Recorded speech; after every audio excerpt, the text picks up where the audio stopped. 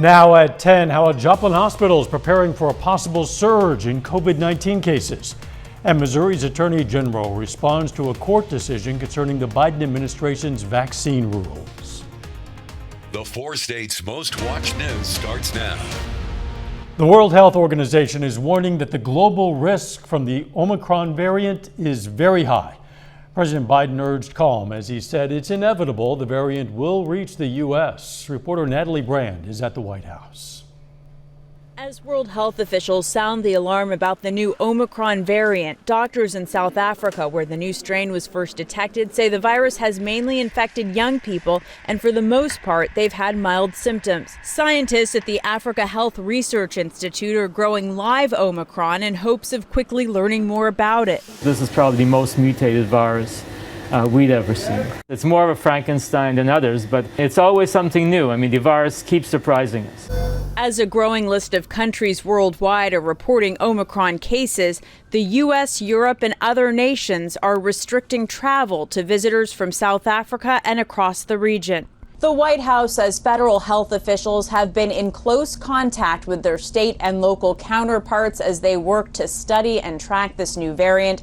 President Biden has also urged calm but stressed the importance of vaccinations. This variant is a cause for concern, not a cause for panic. Dr. Anthony Fauci says it will take about 2 weeks to determine whether the variant causes more severe disease and how protective existing vaccines are against it. Dr. Fauci believes that the current vaccines provide at least some protection against the new variant, and the boosters strengthen that protection significantly. I do think we will need to probably build a variant-specific vaccine, a vaccine particularly against this variant. Citing Omicron, the CDC is strengthening its recommendation on boosters, now saying all eligible adults should get a booster shot. Natalie Brand, CBS News, the White House. Pfizer, Moderna, and Johnson & Johnson are evaluating their vaccines, preparing to update them for that new variant if needed. While there's still a lot to learn about the new Omicron COVID variant, local health officials say they're ready for whatever may come. Officials with Freeman Hospital in Joplin say they've learned a lot from previous COVID case surges, and they're prepared, they say, should there be more in the future. Dr. Rob McNabb at Freeman says they're taking what they've learned so far and applying it to the future of the hospital. You know, we're about to go into a growth phase here at Freeman, looking at big structural changes, and part of that design is wrapped around needing to have reverse isolation and a respiratory isolation ward.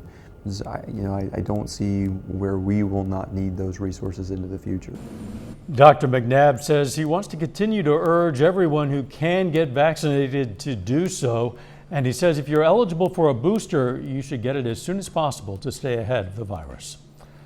A federal judge in Missouri is blocking the White House's vaccine mandate on some healthcare workers in nearly a dozen states. The judge issued the order today after attorneys general from 10 states filed lawsuits against the requirement. Missouri's Attorney General's office was the first to file a suit. Today's order covers only certain healthcare staff and providers that participate in Medicare and Medicaid in the 10 states that brought the case.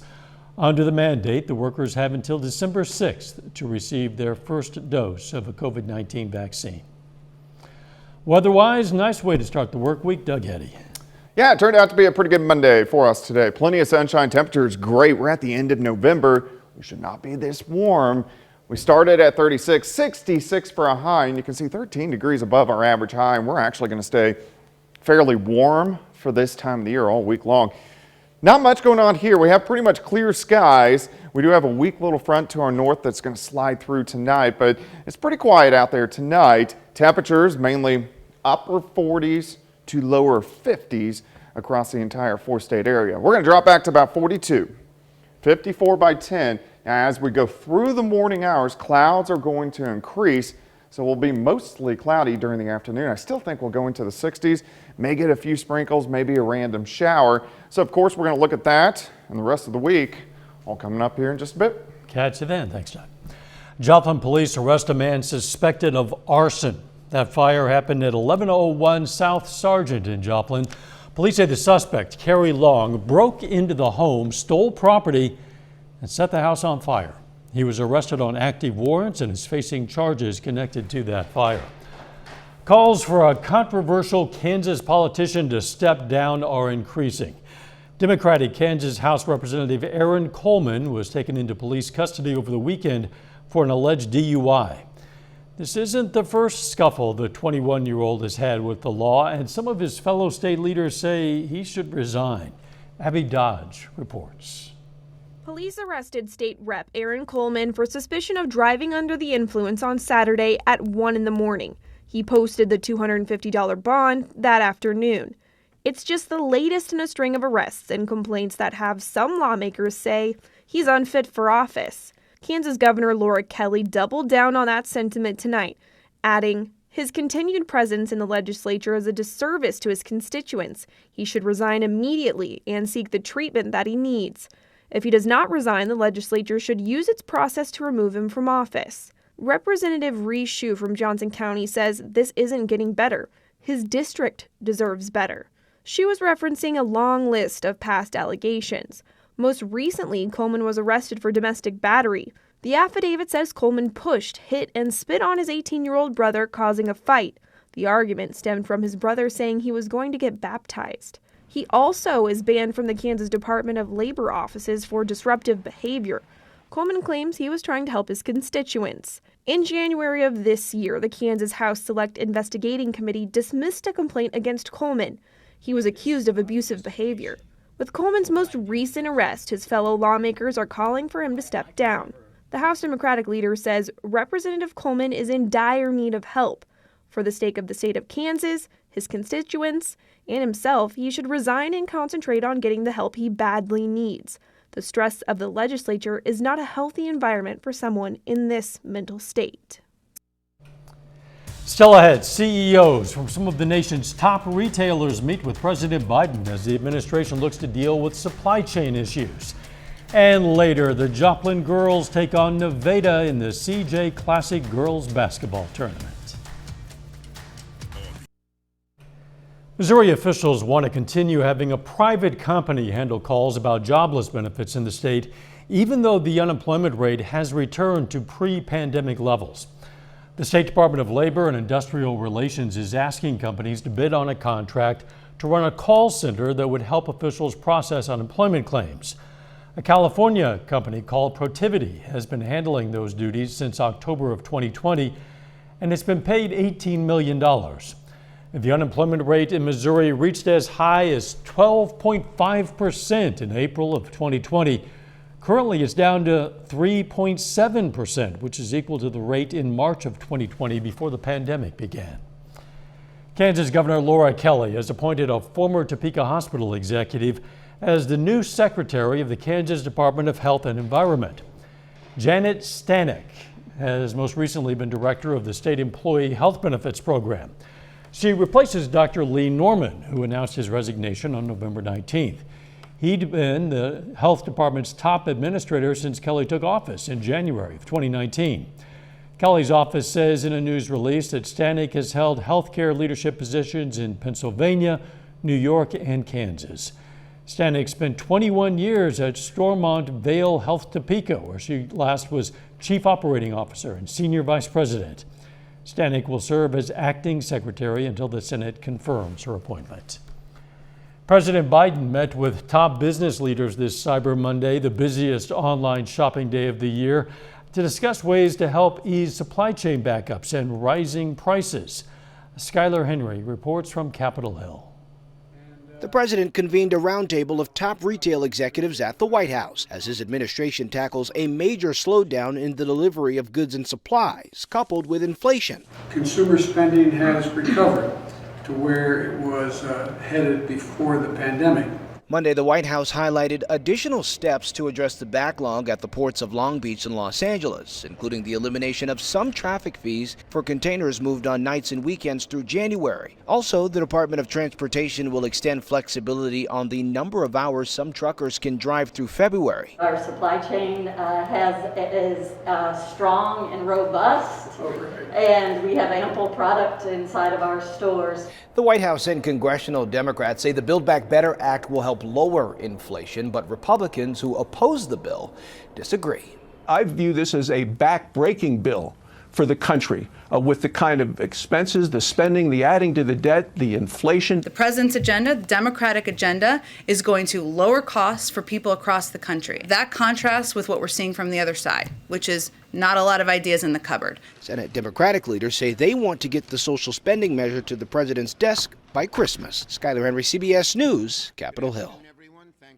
Tomorrow, President Biden heads to Minnesota to promote parts of the bipartisan infrastructure law and his social spending and climate agenda.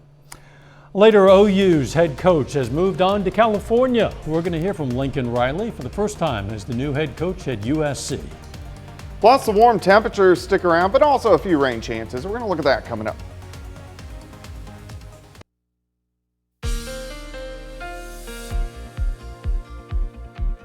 It definitely turned out to be a great Monday for us today. Temperature is fantastic as we went into the mid-60s. We had plenty of sunshine, still looks good out there right now. We have clear skies, nice shot, indigo sky. Casino and resort, of course, Indigo is just outside of Seneca, Missouri. But it looks good, we're dry, so we don't have to worry about any rain or snow tonight. In fact, our temperatures are going to warm up even more later this week. We're going to stay kind of consistent the next few days. The pattern's pretty calm.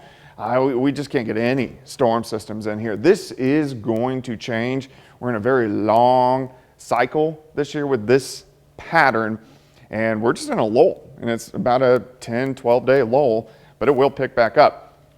So on that note, we're going to do the month-long forecast Wednesday, which is December 1st. The very next night, we'll do the winter forecast. We'll look at the entire winter, which I'm still trying to put together over the next couple days.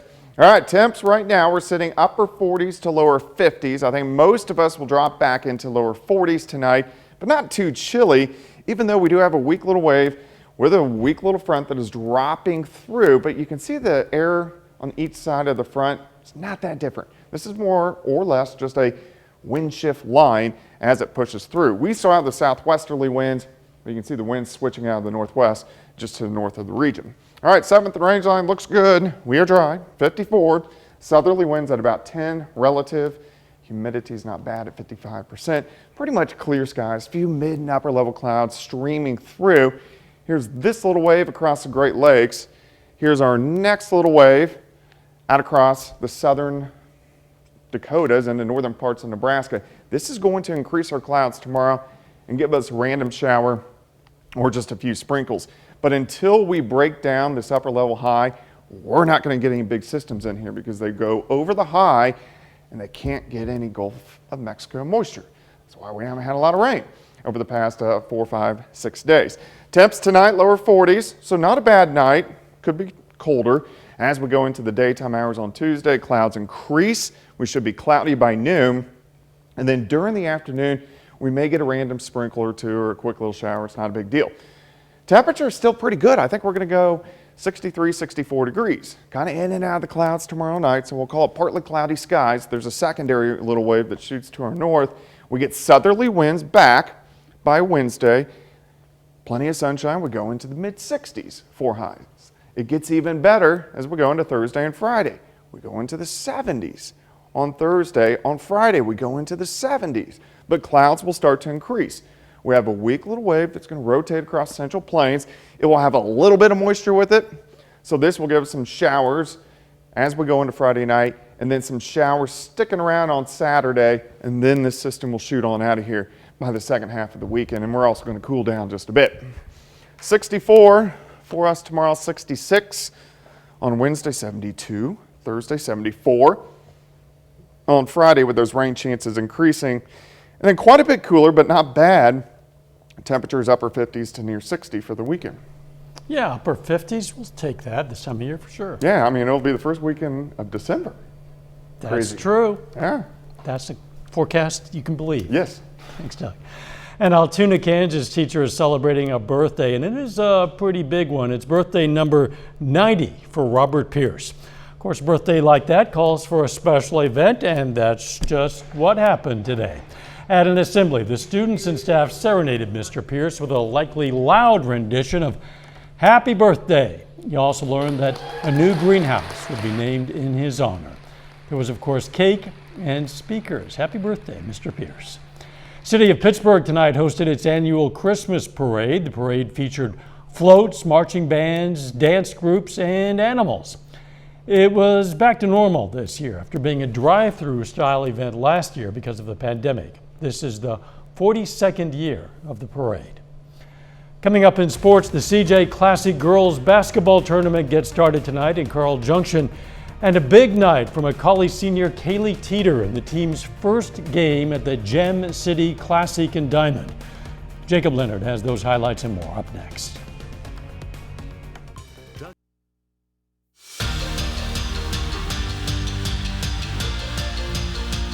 Today is the opening day of the CJ Classic Girls Basketball Tournament at Carl Junction High School. That's an 8-team field with 4 first-round games on the schedule tonight.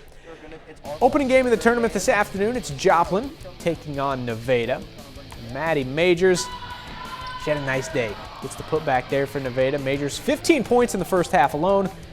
Tigers up 6 at the break. The game was back and forth in the third. Ella Hafer steals and goes the other way for 2. The other end, Clara Swearingen, nice cut for the finish. She scores 18. It was a good quarter for Joplin though. Bryn Driver finishes and the foul. Then Brooke nice open in the corner. Eagles cut the deficit to just 1 in the third, but Nevada would close it out in the fourth. Majors hits the deep ball from the right side, then drives and scoops it off the glass. Game high 23 points in this one for Maddie Majors. Nevada wins and moves on in Carl Junction 50-41. Tournament host Carl Junction actually just finished up their first round game a little bit ago. CJ tops Neosho 48-34. Bulldogs now move on to face Seneca in the tournament semifinals tomorrow night. Well, today is also the opening day of the Gem City Classic at Diamond High School. The tournament host Wildcats won their opener earlier today over Southwest. So here, East Newton and Sarcoxy squaring off. The winner gets Diamond in the semifinals on Wednesday. We'll pick it up first quarter. Amara Meyer gets the turnover. Other way for the lay-in, but Sarcoxy down 4 after 1. Second quarter, East Newton extends the lead. Josie Gwynn hits the 3 for the Patriots. It's 15-8 at half. Then another corner 3 here. Caitlin Cook. Patriots in control. Now Meyer back to work for the Bears. She'll knock this one down, but East Newton too much tonight. Patriots win 44-28. They will face Diamond in the tournament semifinals on Wednesday. After that, the Macaulay Warriors hit the floor against Lockwood. Macaulay comes out strong. It's Kennedy Dury through the defense for the lay-in. Warriors in front early. Here in the second quarter, Kaylee Teeter in front of everybody for the easy lay-in. More from Teeter in just a second. Back to Kennedy Dury. She will hit the 3 ball here. Macaulay in control going to the fourth. Then in the fourth, it's Teeter again. Step back 3. Listen to this. Career high 38 points tonight for Kaylee Teeter. Macaulay goes on to win this one in the end in big fashion, 67-27. Well, Penn State's Dallas Flowers is taking his shot at making the NFL. Flowers announced over the weekend that he's declaring for the NFL draft. The Flowers had a team-high 4 interceptions to go along with 21 tackles this year for PSU. His first-team All-MIAA selection at defensive back and was also second-team All-MIAA as a return man.